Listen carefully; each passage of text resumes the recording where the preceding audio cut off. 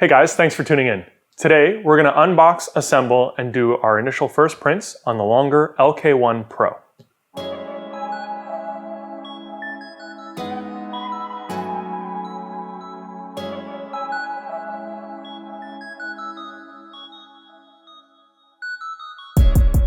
Well, let's get unpackaging this. So the longer LK1 Pro is competing directly with the CR10S Pro kind of size and configuration of printers, much like the longer LK1 was competing with the CR10. So here we have a color manual. It's just a couple short pages. I don't expect the assembly to be too complicated with this one. So we have a small spool of test filament, the spool holder, metal spool holder. I'm glad I don't have to print this spool holder. There's two little plastic blocks with the protective film on them. The assembly tools, bolts, snips, of course, power cord. There's also end stops.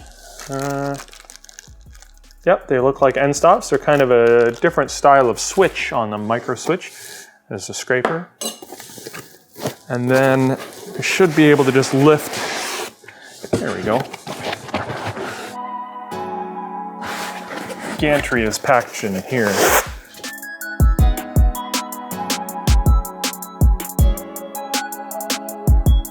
Well, you definitely can't fault them on the packaging because this thing was packaged really well in there.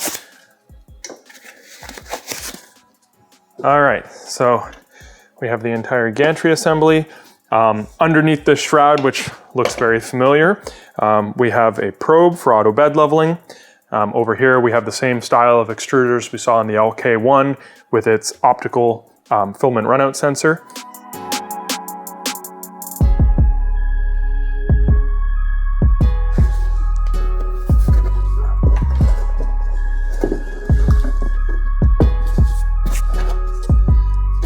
All right. Perfect. Okay, so we have this little cable here. This looks like it connects the hotbed to the back using the standard kind of aircraft connector we've seen before. So these are the parts we have to work with. Let's take a quick look at the manual and get assembling this.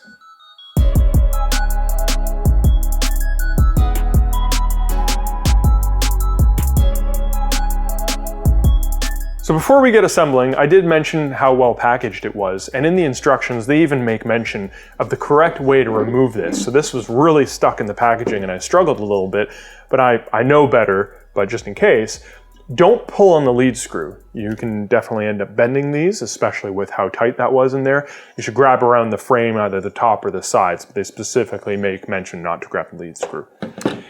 So if you've seen a CR10S Pro or any other CR10 style assemblies, this piece gets bolted on top of here, and through the bottom there'll be two M5, usually M5 by 20 or so, if not longer, screws that go up through the bottom and bolt into the bottom of the upright extrusions. This is no different. They state to use M5 by 20s, which really there's only large M5s and smaller M5s here, so we'll use large ones. Each one also should technically have one of these lock washers thrown on it. Okay, so I've got 4 there with lock washers. The easiest way that I find, as always, is to hang this over the edge of the table, carefully, like this. And then that way I have a clear shot to the bolt holes on the bottom. So let's rest this like this. Whoop. Kind of have to slide it over the bed because there's very little clearance, and there's little wires for the Z-axis motors that are poking out through the base. Just make sure that you clear those properly. There we go. And then I'm not going to fully tighten them. I'm just going to kind of make them snug so that things aren't sliding around on me.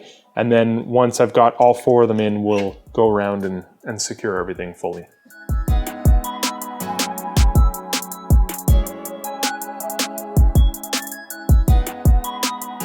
So as I was starting to snug everything up, I realized that this stepper motor here it bolts onto the back of the extrusion, and it seems to be a little bit too low.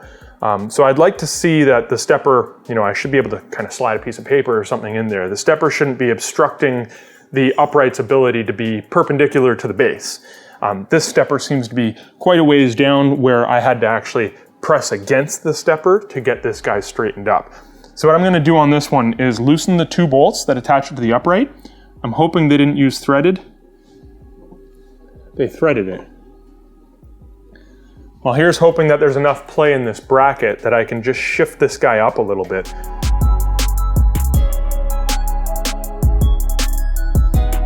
Not really a whole lot of play, but at least I can slide something underneath it, so I'll take that.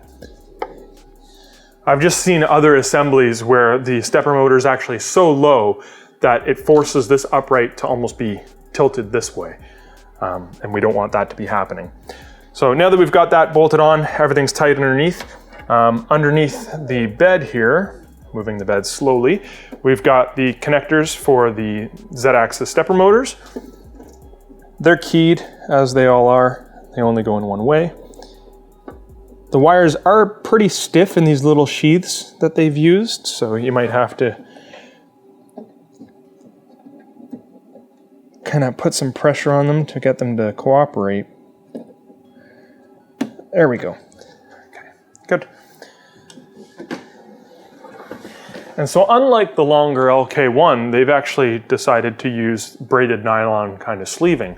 Previously they were using that corrugated sleeving that I hate. Number one, it's noisy, and number two, it's just not as flexible. Even in the aircraft connector for the bed, they've used a kind of fabric-y woven sleeve. So the bed cable, it's keyed, it only goes in one way. We'll screw it in the back here. And then it just clips on the connector in this back corner of the bed.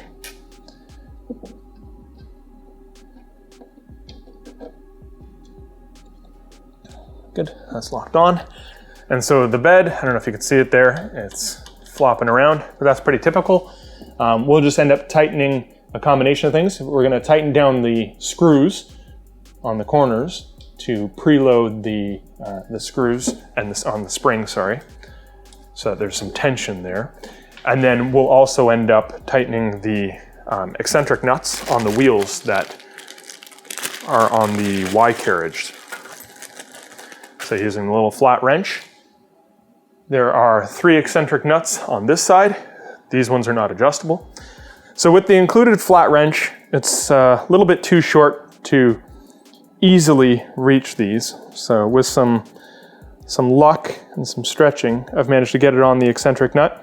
And so what we're gonna do is rotate this until, if you look carefully at the wheel, you'll actually be able to see it move away and then towards this direction, towards the middle 2040 extrusion there that they ride on. And that's applying pressure against that extrusion. And so when I move the bed forward and back, I see all the wheels moving, so that's pretty good. And if I reach under and move any individual wheel, they shouldn't spin freely on their own. So if I reach under and try to roll this, if I roll it, it moves the whole carriage. This middle wheel here, hopefully you can see this. This middle wheel, I can spin it completely freely, and the bed doesn't move at all. So there's no tension between that and the rail. So we'll want to reach under with this. If I'm lucky.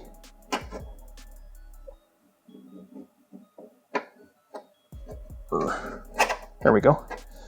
And then figure out which way is applying pressure. Looks like it's forward for me. There. Just put a little bit of pressure, and now if I reach under, I can't spin the wheel on its own, but when I spin the wheel, it actually ends up rolling up and down the extrusion. And then the front one here, I can reach through the front. Give that guy a quick tighten. There. Good. So now, spin this back around. We can see that the bed shouldn't really be moving. Now, I'm gonna tighten the preload on all of these springs because sometimes there's a little bit of movement of the bed if there's no preload on the springs, because that really stiffens everything up. So I'm just tightening the bed almost all the way. Okay, I'm happy with that. It moves smoothly. If you have the wheels too tight, if you've tightened the eccentric nuts too much, you may actually feel like a flat spot, so it'll kind of go every time around the wheel. That's not happening, and there's no slack in the bed anymore. So I'm happy with that for now. I think the last thing we have to connect is this ribbon cable, very similar to what we see on the CR10S Pro. It's rather creased from shipping, but it connects into the top here. And when you press it in, these latches should grab onto the side, so that's good and secure. That should be about it. We might want to also check the hot end here, so we can see, much like the bed, there's a lot of flex in that hot end. And similarly, there is an eccentric nut. It's on the bottom. So there are two wheels on top. There's one on the bottom here. This has an eccentric nut on it. In the same fashion as the bed, just figure out which way is tightening. There. So now, when I rotate any one of the wheels, they're all rotating. You can't move them independently, really. And so now, we don't have any more slop in this at all. So that's good.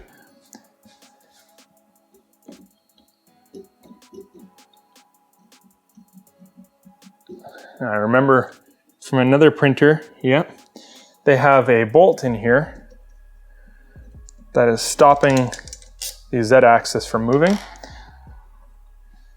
And I think they have one in this side as well. Yep. They're just loosely threaded in there.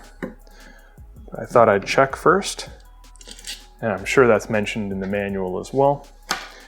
Taking those out, I can manually spin the lead screws to move the Z-axis. Great.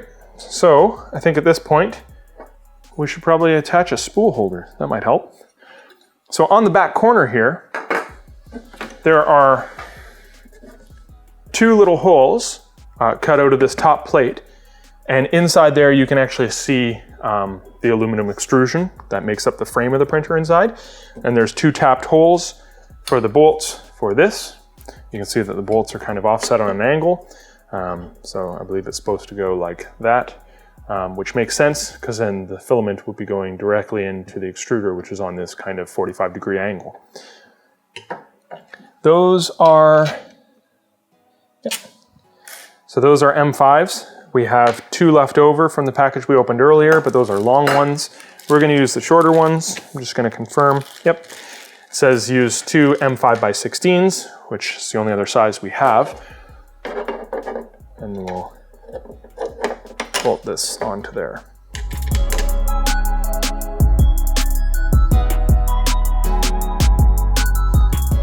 Great.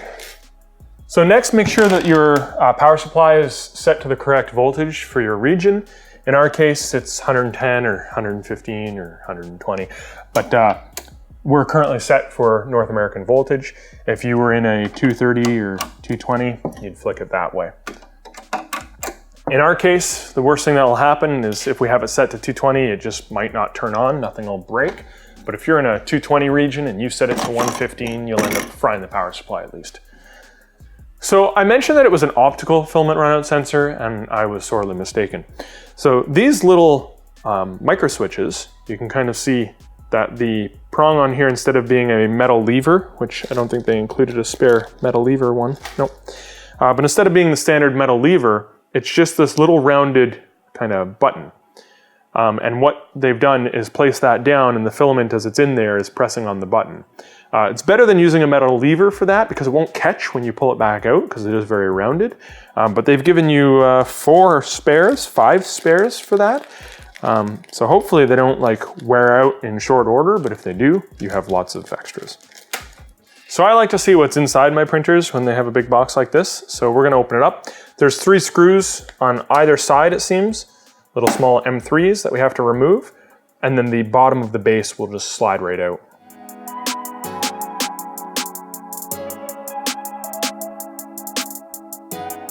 So I've taken out these 6 screws, 3 on either side, little M3s. There's nothing in the front, and it's still not coming off. So I have a feeling that on the back here, that these M5s right here are probably holding it on.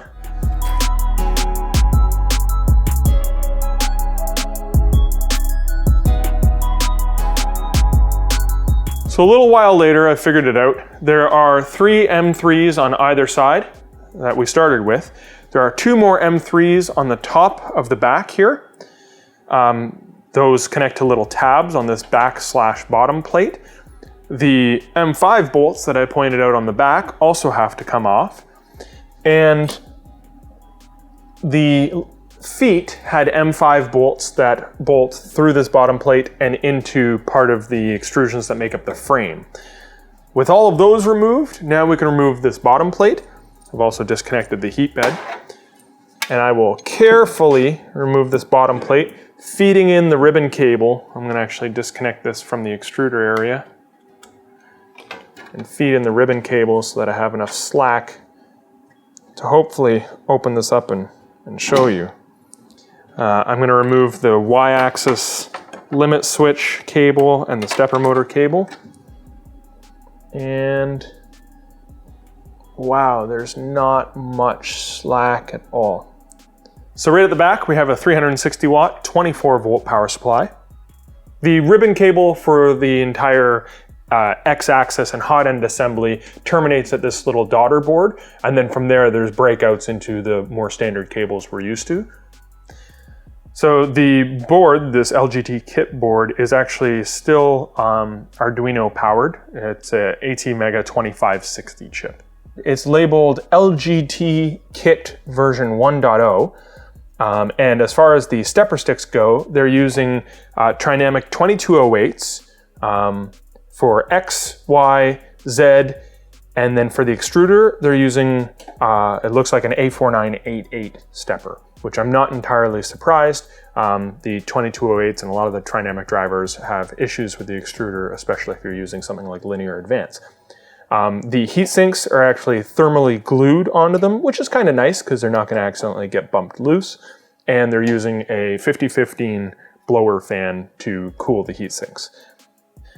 So on either side of the screen, there's these little boards here. These are just the LED panels behind those 2 little cutouts on the front panel. Just below that, or in between the 2 of them rather, here's the other LED panel on the other side. We have the screen. And the screen has a micro SD card slot in the back, and that would be for firmware updates. So you'd load the firmware files on there, turn on the machine, and it'll automatically update the firmware.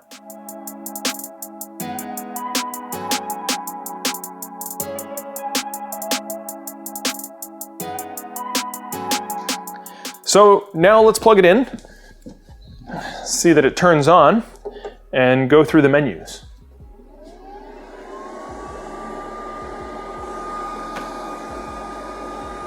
So there's an exhaust fan up here, and there's an intake on this side. Your USB-B, like printer style USB, is on this side, as well as a micro SD up at the front. And there we have a very unique UI to the longer LK1 Pro. Just before we get to moving X, Y, and Z around, let's make use of these little plastic blocks. So these are meant to make sure that your X gantry is level from left to right side. So using my hands, I'm going to lower the Z by just turning the couplings. And the idea is that the 2020 here should sit in here. So we got to go lower.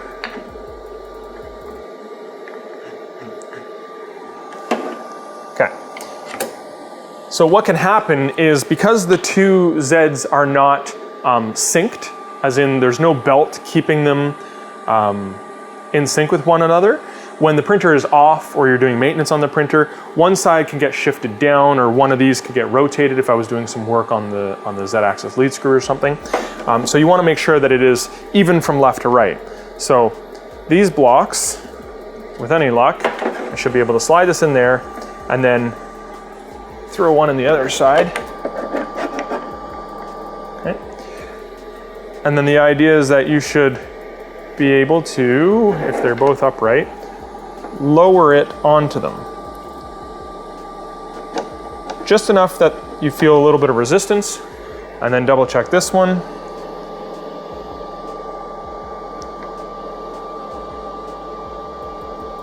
Okay, a little resistance.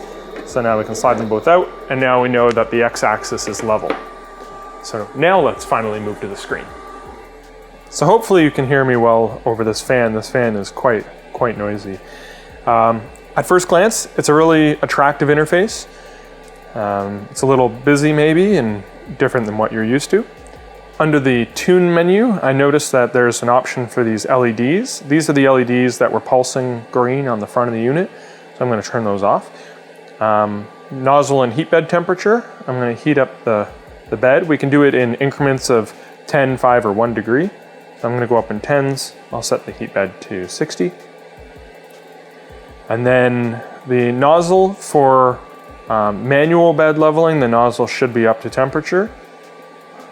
So I'll set it to 200. I'm going to manually level the 4 corners, as is typical, just to get the bed close, and then we'll do the auto bed leveling. Fan, that's for the cooling fan. We don't care about that right now. And we want to test the motion. So if I can home, so we can home Z independently. X and Y is over here, so I'm going to home X and Y. Are you sure you want to make them back to the origin? Yes.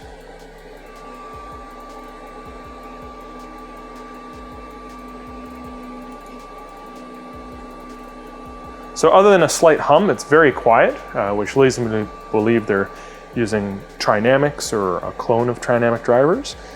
And now let's home the Z. I'd suspect the Z's going to do safe homing, which is in the center of the bed. And it'll use the inductive sensor, actually it's a capacitive sensor, sorry. It'll use the capacitive sensor to probe the bed. And I know it's capacitive because there's a light on the top of the sensor, and that light will even detect things like my fingers, which an inductive sensor will only detect metals. Under the build surface here, there is actually an aluminum plate that it's bonded to, and then that is clipped onto the aluminum heat bed. So an inductive sensor actually would work in this scenario. Let's see if there's some sort of a bed leveling option in here. Okay, so under utilities, we see leveling. We also see filament, which is going to be for loading and unloading. Let's go to leveling. Set 0 of Z-axis and measure the levelness of hotbed. Preparation, a piece of paper, a mini slotted screwdriver included in the toolkit. Press start. The mini screwdriver will be for adjusting the little potentiometer on the top of the probe, which will adjust its sensitivity. So it's really nice that they give you clear instructions on the screen instead of you having to remember what the leveling process is for this particular machine. So I'm going to follow these exactly. Wait for the nozzle going above the center of the bed, which it's there. Slowly press the arrows to move down the nozzle until it's close to the bed. And again, we have these increments. We can do it in increments of 1 millimeter or 10. Since we're quite close, I'm going to do it in 1s.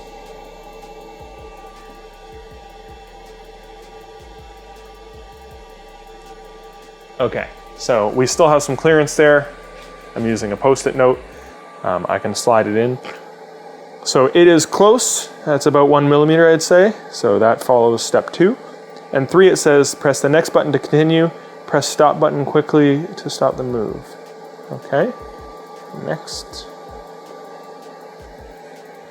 Okay, so now this is the fine tuning, and you can see that the scale has changed down to 1 and 0.1 millimeters. So again, we're going to move it until it basically drags on the paper. Oh, there we go. So if I move it up 1 here to minus 5.1, you can hear a tiny bit of drag. And if I move it down 1 more, it's almost impossible to move the paper. So I like this amount of drag. That sounds good. Okay, so it says twist the screw on the leveling sensor until the red LED of the sensor is just bright. Okay, so the red LED on top of the sensor right now is quite bright. I wouldn't call it just bright. So we can see the LED is what I would consider fully bright, not just bright.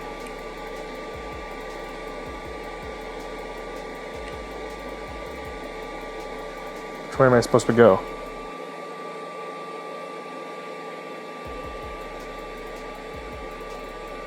Okay, so going counterclockwise to reduce sensitivity, I've turned it far enough that the LED has gone off, and then I'm slowly going to move it back clockwise.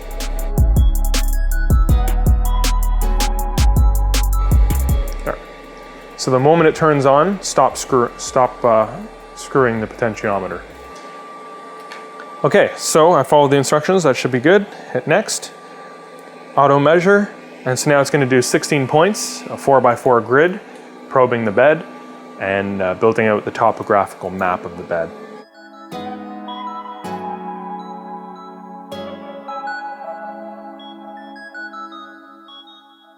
I know I said I would do the corner leveling before we did auto bed leveling, but I'm glad we did the auto bed leveling first, now that we know the probe is calibrated properly. I'm going to move the probe over to the back left corner of the bed. And I'm going to move the Z down to 0, what it thinks 0 is.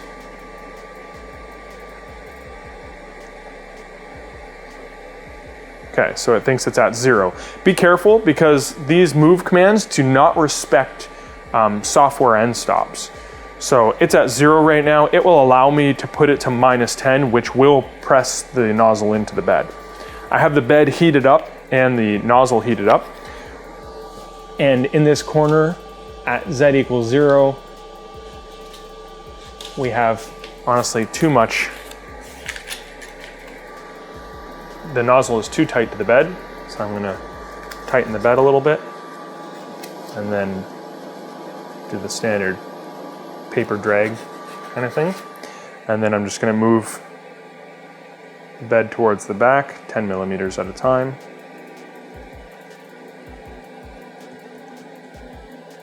Maybe I missed it, but I didn't see anything in here about manual leveling, so I'm just moving the nozzle around manually. So now that I'm in this corner, again, it's super tight.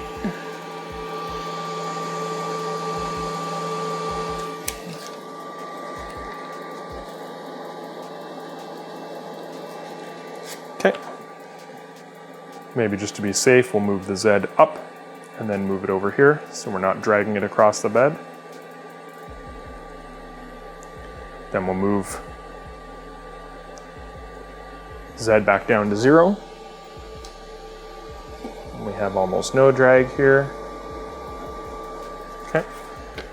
I'll move Z up again.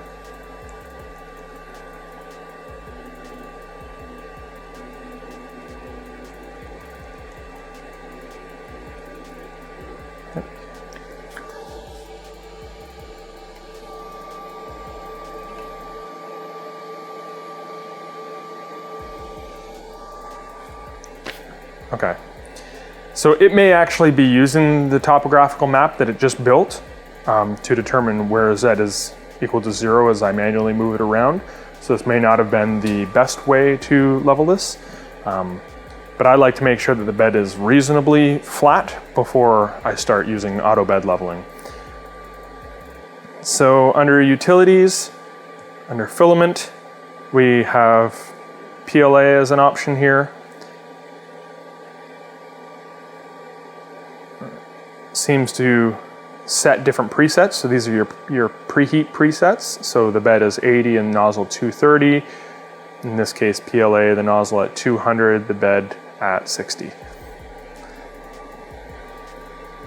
And once this is up to temperature, we could hit load, and that will end up pulling the filament in the extruder up into the hot end.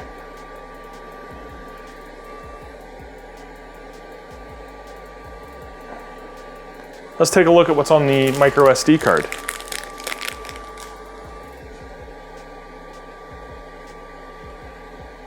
All right, so there's quite a few files on here actually, a couple pages worth. Pineal fruit, interesting. I'm not sure what half of these things are. Ooh, Baymax. All right, so now I'm gonna spend some time and print out a bunch of these test prints. All right, we're back. I've had just a little bit over a week with the printer, and I printed out a collection of items. These are all off the SD card. I didn't slice any of these myself, but I did use a random assortment of our filaments.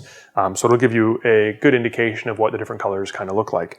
One of my favorite colors that we have is the silk gold, which is not to be confused with real gold like, which is not a silk PLA.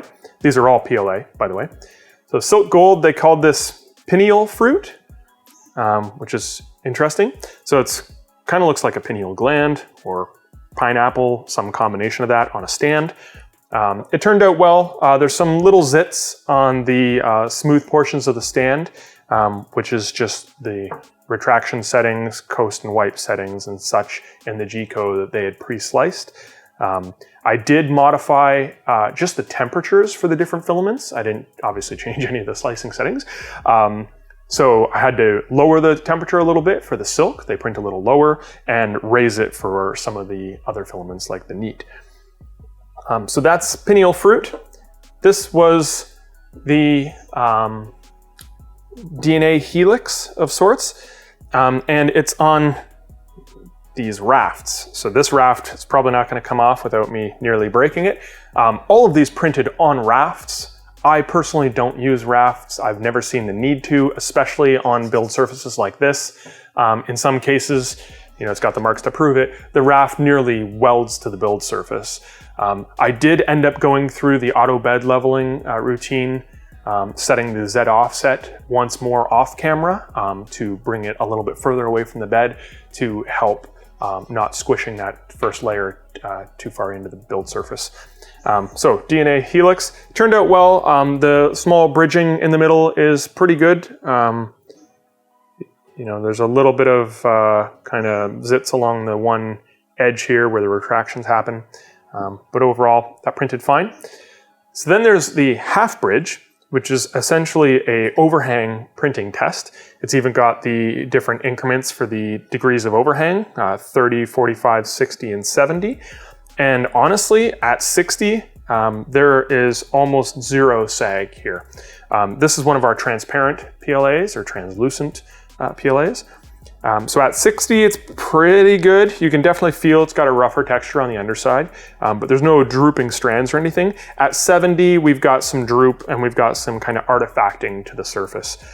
But again, on a raft, and it printed fine. This was a small cube or small square, something like that. Again, it was on a raft. I'm not exactly sure why, but the first layer on here has some of that elephant's foot effect. And being that it's printed on a raft, it's printed with almost an entire layer gap between the actual item and the raft itself to allow you to separate the two. So because there isn't that significant squish factor on the first layer, there shouldn't really be elephant foot to the print, but regardless, there is.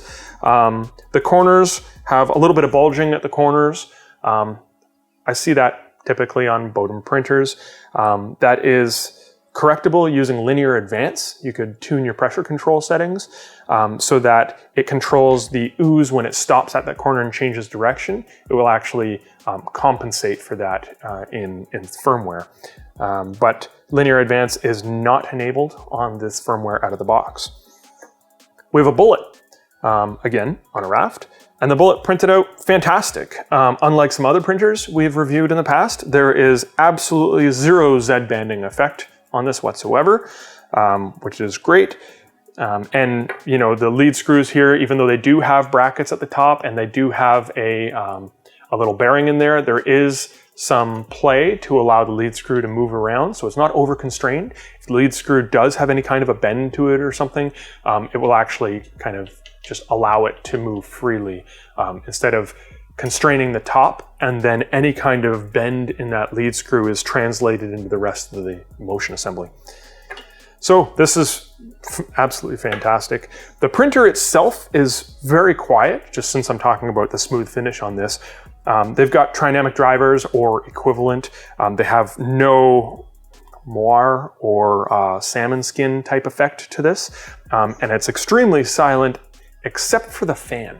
So the fan choice here, it's a small, like 40 millimeter fan, I think, but it's a screamer. And it's louder than every other printer that I had going in my office. But that is easily changeable, and it would have been a good idea for them to use a much larger fan spinning at a lower RPM, perhaps in the bottom of the unit blowing upwards. We have a couple birds. So the birds, we start to see a couple small issues. I used the same blue for these two other items, and unlike the birds, these items don't really have crosses across an open path, so there's no chance for it to kind of string as it's traveling from one spot to another. But the birds, there is opportunity for that. So in between the ears, if you look very closely, there are a couple little strings, one of them a little bit bigger than the others. I didn't do any post-processing or cleanup to this, and so, you know, that could be due to the slicing settings that they used, because again, I didn't prepare these G-code files. And it's not the PLA. I print with this PLA all the time. This is our value line light blue, I think it's called. And we see more of the stringing on Baymax. So if you've seen Big Hero 6, this is Baymax. He's kind of a squishy healthcare companion. And we see a little bit of stringing between his hand and his body. There's actually two little nubs coming off of his body there. But in general, it turned out well. There's also some artifacts where the end of layers happen, those little like zipper lines. If you line them up, say on the back of him, it would be a perfect line, but they're randomly spaced all around the item. And they're especially pronounced on his arm. Not exactly sure why that is, but in general, it turned out pretty well. Again, there's no salmon skin effect or anything on these curved surfaces, which really tend to highlight that type of effect when it is happening in your printer. And then I think this was called Huba, something to that effect. So this is, as I said, our real gold-like PLA. It's got some kind of metallic-y flake in it, and it printed fantastic. Again, because there's no travels around open spaces here, we don't really have any stringing. We have a beautiful finish on it. A little bit of that moire effect on the back here, which I find interesting. But in general, I'm happy with how that turned out for sure. It came off the raft pretty well. It's a pretty big base. But some of these other ones, like these birds with their little tail feathers there, I didn't want to even try to get that off for fear of snapping the tails off before the video. So there you have it, our first prints and first impressions and build video for the longer LK1 Pro. Thanks for watching. I hope you found this useful. Remember to like and subscribe and leave a comment down below. Let us know if you have any questions about this video or anything else you've seen on the channel. Thanks for watching.